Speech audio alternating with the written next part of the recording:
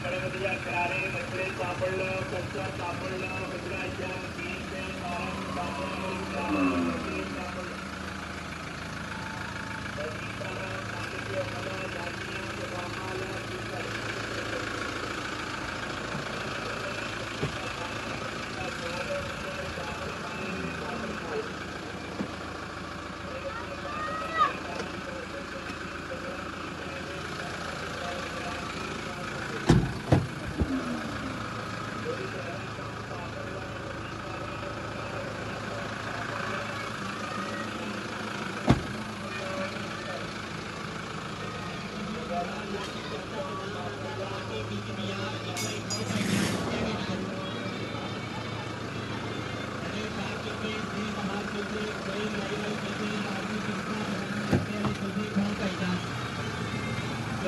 ₹10 ਦੀ 15 ਰੁਪਏ ਦੀ 20 ਰੁਪਏ ਦੀ 25 ਰੁਪਏ ਦੀ ਸਪੈਸ਼ਲ ਬਦਾਮਾਂ ਵਾਲੀ ਕੁਲਫੀ 30 ਰੁਪਏ ਦੀ